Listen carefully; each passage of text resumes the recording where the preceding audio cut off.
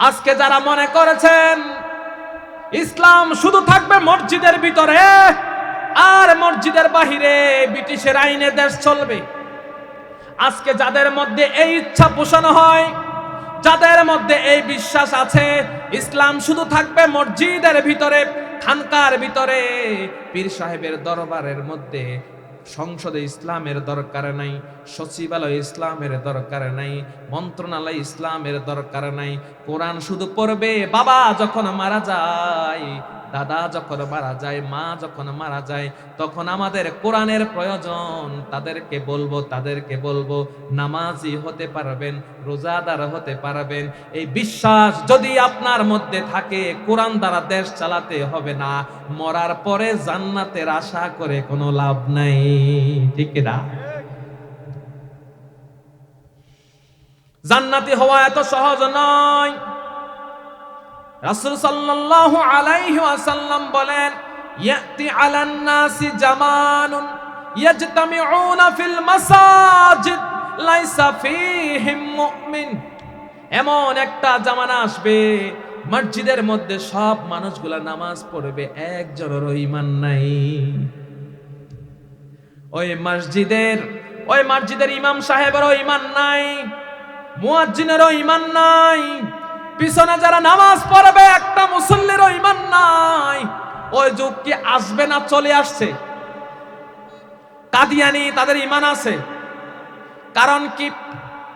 তারা খাতামান নবীন, আমাদের নবীকে শেষ নবী মানে না। তারাও নামাজ পড়ে, তারাও হজ করে, তারাও যাকাত দেয়, তারাও ভালো কথা বলে, তাদের মসজিদেও আজান হয়, তারাও নবীকে কিন্তু নবী মানে। কিন্তু শুধুমাত্র খাতামান নবীন চারটা অক্ষর না মানার কারণে কাদিয়ানি হয়ে গেছে কাফের। আমরা সবাই কাদিয়ানিকে কাফের বলে মজা পাই, কিন্তু আমাদের অবস্থা দেখেন। আমরা তো আলা লাহুল খালকু ওয়াল আমর, আল্লাহ বলেন সৃষ্টি যার, বিধান চলবে তার। এখানে আমরা সরাসরি 16টা অক্ষর মানি না। সৃষ্টি যার, বিধান চলবে তার, আমরা 16টা অক্ষর সরাসরি মানি না। কাদিয়ানিরা যদি 4টা অক্ষর না মানার কারণে কাফের হয়ে যায়, এই 16টা অক্ষর অস্বীকার করলে কত বড় কাফের হয়ে যাবে। অথচ খবর নাই।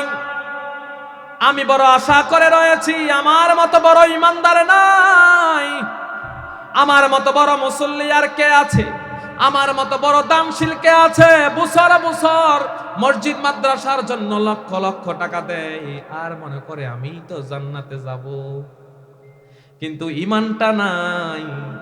কারণ ঈমান আপনার তখনই শক্ত হবে, ঈমান তখনই থাকবে যখন এই দুনিয়ার সকল ক্ষমতার মালিক একমাত্র আল্লাহকে মানতে পারবেন। আকাশ যেমন চলে আল্লাহর আইনে, সূর্য যেমন চলে আল্লাহর আইনে, তারকারাজি যেমন চলে আল্লাহর আইনে, ওই চন্দ্র যেমন চলে আল্লাহর আইনে, সাগরের ঢেউগুলা যেমন চলে আল্লাহর আইনে, তেমনি ভাবে যদি আল্লাহর এই জমিনকে আপনি মনে করেন আল্লাহর আইনে চলতে হবে, তখনই আপনি ঈমানদার হতে পারবেন। তাছাড়া পরিপূর্ণ ঈমানদার হতে পারবেন না। ঈমানদার হতে হলে পুরো কোরআনটাকে স্বীকার করতে হবে।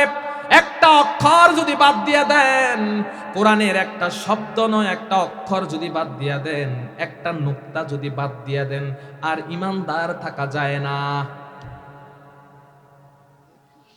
এই জন্য তারা বলে কোরআনের মধ্যে কিসের রাজনীতি, অথচ আল্লাহ নিজেই বলেছেন কোরআনের মধ্যে রাজনীতির কথা। যখন জমিন চলবে আল্লাহর আইনে চলবে, আল্লাহর আইনে কিভাবে চলবে আল্লাহ সেই কথাগুলা কোরআনে বলে দিয়েছেন। এই জন্য রাসূল বলেন, ইয়াতি আলান নাসি জামানুন ইয়াজতামিউনা ফিল মাসাজিদ লাইসা ফীহিম মুমিন। এমন একটা জমানা আসবে যখন ওই মসজিদের মধ্যে একজনেরও ঈমান নাই, একজনেরও ঈমান নাই। নিজের বুকের মধ্যে হাত দিয়ে নিজে বলেন কতটুকু ঈমান আছে? ঈমান নাই। ওই আব্রাহা যখন কাবাঘর ধ্বংস করার জন্য আসে, রাসূল সাল্লাল্লাহু আলাইহি ওয়াসাল্লামের দাদা আব্রাহা যখন কাবাঘর ধ্বংস করার জন্য আসে, তখন আব্দুল মুত্তালিব আব্রাহার কাছে গেলেন, কারণ ওনার অনেকগুলা তেহামা অঞ্চল থেকে ওনার অনেকগুলা উট ধরে নিয়ে গেছে, অনেকগুলা পশু ধরে নিয়ে গেছে আব্রাহার বাহিনী। আব্দুল মুত্তালিব আব্রাহার কাছে গেলেন। আব্রাহা মনে করলেন আব্দুল মুত্তালিব আমার কাছে রিকোয়েস্ট করবেন, আমার পায়ের কাছে এসে পড়ে যাবেন, তিনি বলবেন কাবাঘর ধ্বংস করো না। কিন্তু আব্দুল মুত্তালিব এমন কিছু চাইলেন, আব্রাহা অবাক হয়ে গেলেন। আব্দুল মুত্তালিব বললেন, ও আব্রাহা, তোমার বাহিনী আমার অঞ্চল থেকে কেন আমার পশুগুলা নিয়ে আসছে? আমার উটগুলা আমাকে ফেরত দাও। আব্রাহা বলল, আমি ভাবলাম আপনি বুদ্ধিমান মানুষ, কিন্তু দেখছি বুদ্ধিমান নয়, আপনি একটা বোকা মানুষ। আমি মনে করলাম আপনি কাবাঘর ধ্বংস করা থেকে আমাকে নিষেধ করবেন, কাবাঘর আপনি রক্ষা করার জন্য আমাকে রিকোয়েস্ট করবেন। কিন্তু আমি দেখলাম আপনি আপনার উটগুলা আমার কাছে চাচ্ছেন। তখন আব্দুল মুত্তালিব জবাব দিল, ইন্নী আনা রাব্বুল ইবলি ওয়া ইন্না লিল বাইতি রাব্বান সায়ামনাউ। তখন আব্দুল মুত্তালিব বললেন, ও আব্রাহাম, এই কাবাঘরের মালিক আমি নই, এই কাবাঘরের মালিক কিন্তু একজন আছে, আমি হলাম আমার উটের মালিক, আমার উটগুলা আমাকে ফেরত দিয়া দাও। আর কাবার মালিক যিনি, তিনি তার ঘরকে রক্ষা করবেন। সুবহানাল্লাহ। রক্ষা করেছেন? জোরে বলেন, রক্ষা করেছেন। কিন্তু এখানে আমরা শিখলাম কি? ইন্নী আনা রাব্বুল ইবলি ওয়া ইন্না লিল বাইতি রাব্বান সায়ামনাউ। ওই আব্দুল মুত্তালিব বললেন, কাবাঘরের একজন মালিক আছেন, একজন রব আছেন। আব্দুল মুত্তালিবও স্বীকার করলো, এই দুনিয়াতে একজন রব আছেন, একজন আল্লাহ আছেন। আব্দুল মুত্তালিবও স্বীকার করেছে। কিন্তু আব্দুল মুত্তালিবের নেতৃত্বে আবার কাবাঘরের ভিতরে মূর্তি ছিল। উনিও আল্লাহকে বিশ্বাস করতেন। আবার উনার সময়, উনার দায়িত্বে কাবাঘরের ভিতরে 360 মূর্তি ছিল, মূর্তিগুলা ছিল। কিন্তু দেখেন, ওই আব্রাহা এবার কাবাঘরকে ধ্বংস করার জন্য যখন সামনের দিকে রওনা দিলেন, আল্লাহ রাব্বুল আলামিন এমন ভাবে ধ্বংস করেছেন, দুনিয়া থেকে সবকিছুকে মেসাকার করে দিয়েছেন। ঠিক না? দাও খোদা দাও আমায় আবার ওমরে দরাজে দিল, দাও খোদা দাও আমায় আবার ওমরে দরাজে দিল, দাও আলীর মতো বীর সেনানি, আলীর মতো বীর সেনানি জাগাতে নিখিল, দাও খোদা দাও আমায় আবার ওমরে দরাজে দিল, হামজাকে দাও ঘরে ঘরে জীবন দিতে অকাতরে, হামজাকে দাও ঘরে ঘরে জীবন দিতে অকাতরে, আবার কাবা ভাঙতে এলে, আবার কাবা ভাঙতে এলে পাঠাও আবাবিল, দাও খোদা দাও আমায় আবার ওমরে দরাজ দিল। আমিন বলেন। এই জন্য প্রিয় ভাইয়েরা, রবকে শুধু স্বীকার করলে ইমানদার হওয়া যায় না। ইমানদার হতে হলে পুরো কোরআনটাকে নিজের জীবনে মানতে হবে। আপনার পুরো জীবনে একমাত্র কোরআন থাকবে সংবিধান। আমাদের রাষ্ট্র চলবে কোরআন দ্বারা, আমাদের সংসদ চলবে কোরআন দ্বারা। এই কথা যে ব্যক্তি স্বীকার করবে না, সেই ব্যক্তি কোনোদিন মুমিন হবে না।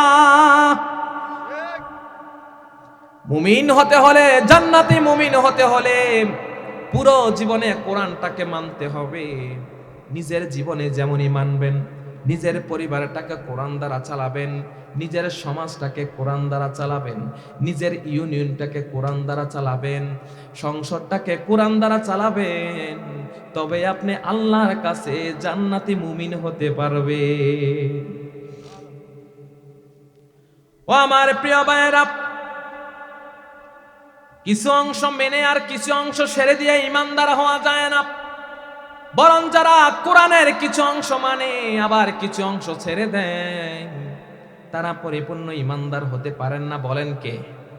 আফাতুমিনুনা বিবাদিল কিতাবি ওয়া তাকফুরুনা বিবাদ ফামা জাযাউ মান ইয়াফআলু যালিকা মিনকুম ইল্লা খিজিয়ুন ফিল হায়াতিদ দুনিয়া ওয়া ইয়াউমাল কিয়ামাহ ইউরাদ্দুনা ইলা আশাদ্দিল আযাব।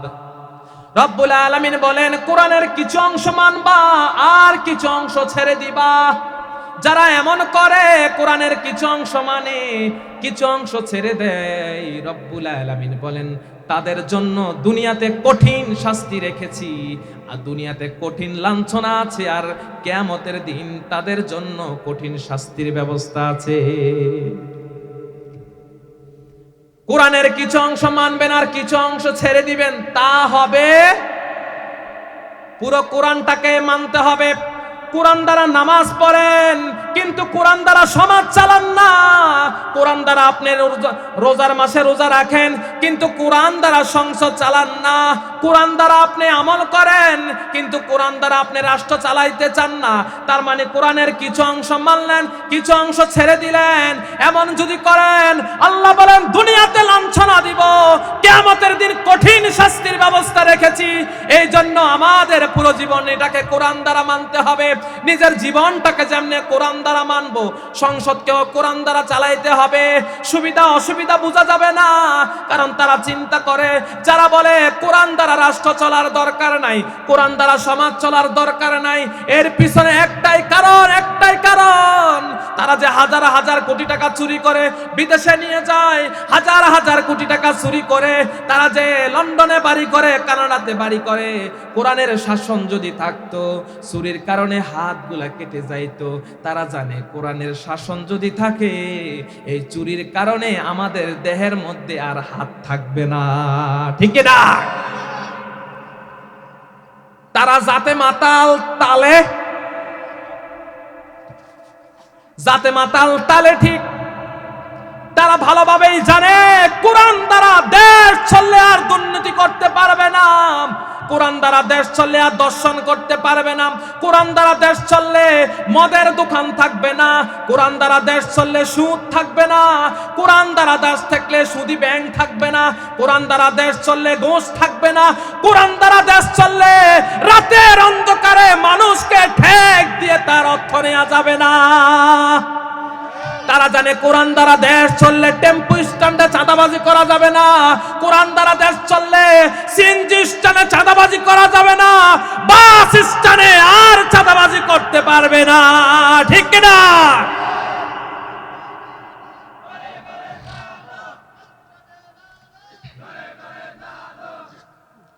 ও আমার প্রিয় বন্ধুরা, দিনের পথে থাকলে, ইসলামের পথে থাকলে, ইমানের পথে থাকলে যুগে যুগে আপনার উপরে নির্যাতন আসবে। এই নির্যাতনকে ভয় করে কোনো লাভ নাই, কারণ এই নির্যাতন সহ্য করে যদি আপনি ইমানের উপরে বলিয়ান থাকতে পারেন, আল্লাহ রব্বুল আলামিন আপনার জন্য চমৎকার জান্নাত রেখে দিবে। সুবহানাল্লাহ। আমাদের শহীদরা হাসতে হাসতে জেল কেটেছে, ফাঁসির কাস্টে গিয়েছে, আমৃত্যু পর্যন্ত জেলে ছিল, জালিমের কাছে এক সেকেন্ডের জন্য মাথা নত করে নাই, ঠিক কিনা? মাথা নত হবে কার কাছে? একমাত্র আল্লাহর কাছে। ফেরাউনের কাছে মূসা আলাইহিস সালাম মাথা নত করে নাই, নমরুদের কাছে ইব্রাহিম আলাইহিস সালাম মাথা নত করে নাই। ইব্রাহিম আলাইহিস সালাম হাসতে হাসতে আগুনের মধ্যে পড়ে গেছেন, মূসা আলাইহিস সালাম সাগরের মধ্যে ঝাঁপ দিয়েছেন, ওই মূসা নবীকে সাগর পার করিয়ে দিয়েছেন কে? ইব্রাহিম আলাইহিস সালামকে আগুনের ভিতরে ফুলের বাগান তৈরি করে দিয়েছে কে? কুলনা ইয়া নারু কুনি বারদাও ওয়া সালামান আলা ইব্রাহিম। সুবহানাল্লাহ বলেন। আল্লাহ রাব্বুল আলামিন আগুনকে বলে দিয়েছেন, আগুন, ও আগুন, সাবধান সাবধান, আমার খলিল আমার কারণে আগুনের মধ্যে ঝাঁপ দিয়েছে, আগুনের মধ্যে পড়ে গিয়েছে, ওই আগুন সাবধান, আমার খলিলের শরীরের একটা পশম যেন না পড়ে রে আগুন। কুলনা ইয়া নারু কুনি বারদাও ওয়া সালামান আলা ইব্রাহিম, ও আগুন আমার খলিলের জন্য শান্তিদায়ক ঠান্ডা হয়ে যাও। সুবহানাল্লাহ। কেমন ঠান্ডা? শান্তিদায়ক ঠান্ডা। বেশি গরম থাকা যাবে না, বেশি ঠান্ডা হওয়া যাবে না। বেশি গরম থাকলে আমার খলিল কষ্ট পাবে, বেশি ঠান্ডা হয়ে গেলে আমার খলিলের সর্দি লেগে যাবে। বারদাও ওয়া সালামান আলা ইব্রাহিম, আমার ইব্রাহিমের জন্য, আমার খলিলের জন্য তুমি শান্তিদায়ক ঠান্ডা হয়ে যাও। সুবহানাল্লাহ। মুসার মতো ঈমান হলে রাস্তা হবে সাগর জলে, ইউসুফের মতো ঈমান হলে একে একে দরজা খোলে, ইউসুফের মতো ঈমান হলে একে একে দরজা খোলে। ইব্রাহিমের মতো যদি ঈমান আজও থাকে বিদ্যমান, অগ্নিকুণ্ডে দেখতে পাবে খুবসুরত এক ফুলবাগান। ঠিক কি না? তাই ঈমানের পথে থাকলে পদে পদে বাধা আসবে, ঈমানের পথে থাকলে জেলে যেতে হবে, ঈমানের পথে থাকলে ফাঁসির মঞ্চে যেতে হবে। দুনিয়ার ওই পেট পূজারীদের মতো ঈমান বিক্রি করা যাবে না। কিছুক্ষণ কাফেরের সাথে থাকবে, কিছুক্ষণ জালিমের সাথে থাকবে, আবার কিছুক্ষণ আলেমের সাথে থাকবে, কিছুক্ষণ সুবিধা নিবে, কিছুক্ষণ আবার তারা বিভিন্ন দলের মধ্যে চলে যাবে। এমন করা যাবে না। আব্দুল্লাহ ইবনে উবাই মুনাফিকের সত্তারের মতো কিছুক্ষণ জালিমের সাথে, কিছুক্ষণ মুসলমানের সাথে এমন থাকা যাবে না। মৃত্যু পর্যন্ত যদি আপনি ঈমানের পথে থাকতে পারেন, আল্লাহ রাব্বুল আলামিন আপনাকে জান্নাত দান করে দিবেন। আর যদি কিছুক্ষণ এখানে কিছুক্ষণ ওইখানে, এগুলা যায় কে? কুকুর। কারা? কুকুর। কুকুর ভালো জায়গায়ও মুখ দেয়, খারাপ জায়গায়ও। মাছি আর কি, মাছি কখনো ময়লায় বসে, কখনো আবার মিষ্টিতে বসে। ঠিক কি না? তাই যারা কিছু সময় জালিমের সাথে থাকবে, কিছু সময় আলেমের সাথে থাকবে, তারাও দুনিয়াতে কুকুরের মতো, মাছির মতো। ঠিক কি না? মাছির মতো হওয়া যাবে না, মৌমাছির মতো হতে হবে। জান্নাতি ঈমানদার যদি হতে চান, মৌমাছির মতো আচরণ করতে হবে। মৌমাছিকে শুধু ফুলের মধ্যে পাওয়া যায়, মৌমাছিকে শুধু মিষ্টির দোকানে পাওয়া যায়। মৌমাছি কোনোদিন ভুল করেও টয়লেট এবং ময়লার মধ্যে বসে না। মৌমাছি না খেয়ে মারা যাবে, তারপরেও নোংরা জায়গায় যায় না। মৌমাছি না খেয়ে মারা যাবে, টয়লেটে যায় না। ওই টয়লেটের মধ্যে কোনোদিন মৌমাছিকে দেখবেন না, মধু পোকাকে দেখবেন না। টয়লেটের মধ্যে দেখবেন মাছিগুলা বেন বেন করে, টয়লেটের মধ্যে মশা দেখবেন, মাছি দেখবেন, কোনোদিন মৌমাছিকে দেখবেন না। এই জন্য যারা ঈমানদার তারা শুধুমাত্র আলেমদের সাথে কোরআনের কাছে হক পথে মৃত্যু পর্যন্ত থাকে। না খেয়ে মারা যাবে, না খেয়ে মারা যাবে, জেলে পুরে মারা যাবে, ফাঁসির মঞ্চে গিয়ে মারা যাবে, তারপরও জালিমের কাছে মাথা নত করেন না, জালিমের সাথে হাত মিলায় না। কারণ তারা জীবনের সব ক্ষেত্রে একজনকে মানে, তিনি কে? এই জন্য মৃত্যু পর্যন্ত আলেমের সাথে থাকবেন, কোরআনের সাথে থাকবেন। কোরআনের সাথে যদি থাকতে পারেন, আলেমের সাথে যদি থাকতে পারেন, এই দুনিয়ার ভাগ্যের চাকা আল্লাহ খুলে দিবেন, এবং মৃত্যুর পরে আপনার ভাগ্যের চাকাও খুলে দিবেন কে? ও আমার প্রিয় বন্ধুরা, ইব্রাহিম আলাইহিস সালামের মতো ঈমান আনতে হবে, মূসা নবীর মতো ঈমান আনতে হবে। ওই মূসা নবীকে যখন ফেরাউন পিছনে পিছনে দাওয়া করতে লাগলো, আল্লাহ রাব্বুল আলামিন বলেন ওয়াজাওয়াজনা বিবানি ইসরাঈলাল বাহরা ফাআতবাআহুম ফিরআউন ওয়া জুনুদুহু বাগয়াও ওয়া আদওয়া হাত্তা ইযা আদরাকাহুল গরক قال آمنت أنه لا إله إلا الذي آمنت به بنو إسرائيل وأنا من المسلمين।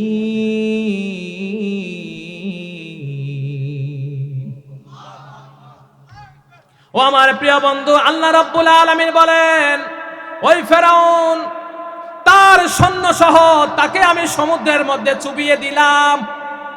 তার সৈন্য সহ যখন আমি লোহিত সাগরের মধ্যে ডুবিয়ে দিলাম, ওই ফেরাউন এবার পানি খায় আর আল্লাহকে বলে আল্লাহ আমি ঈমান আনছি। কি আনছি? ওই ফেরাউন তখন বলে আল্লাহ আমি ঈমান আনলাম, আমি আল্লাহ ঈমান আনছি। আসুক আসুক আসুক না, আসুক আরে কি স্লোগান এটা আসুক না। কে বলছিস? হুজুরে কইছে হুজুরে কইছে স্লোগান স্লোগান এখানে আসলে দিয়ে এও না আইয়া না আমরা স্লোগান লাগাচ্ছি। ও আমার প্রিয় বন্ধুরা, যখন মূসা নবী সাগর পার হলেন, আল্লাহ রাব্বুল আলামিন ফেরাউনকে সমুদ্রের মধ্যে ডুবিয়ে দিলেন। ওই সমুদ্রের মধ্যে ফেরাউন যখন ডুবতে লাগলো, তখন ফেরাউন বলে আল্লাহ আমি ঈমান আনছি। কি কয় ফেরাউন? ফেরাউন কয় আল্লাহ আমি ঈমান আনছি, ঈমান আনছি। ও আল্লাহ আমি তো ঈমান আনলাম, আমারে পানি খাওয়াও।